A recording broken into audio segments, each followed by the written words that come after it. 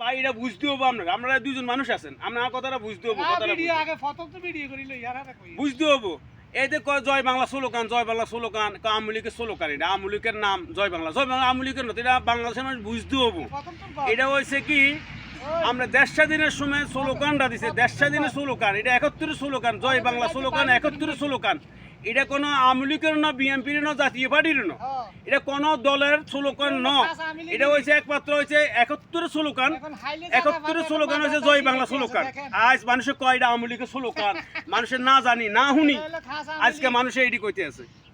কয় জয় বাংলা কইলে এটা আওয়ামী লীগ, জয় বাংলা করলে আওয়ামী লীগ, আর জয় বাংলা তো আওয়ামী লীগ, এটা আমরা মাথা ঢুকাইতে হবো, মাথার মধ্যে ঢুকাইতে হবো, চিন্তা করতে হবো, চিন্তার বিষয়টা ভাই।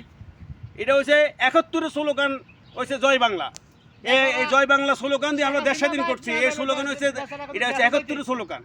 আজ মানুষের কয় এটা আওয়ামী লীগের স্লোগান। মানুষ এখনো আছে, মানুষের মাথার ভিতরে বিবেকহীন মানুষ এখনো দুনিয়ার মধ্যে আছে, বাংলাদেশের মধ্যে মানুষ আছে, এখনো বিবেকহীন মানুষ আছে বাংলাদেশের ভিতরে মানুষ।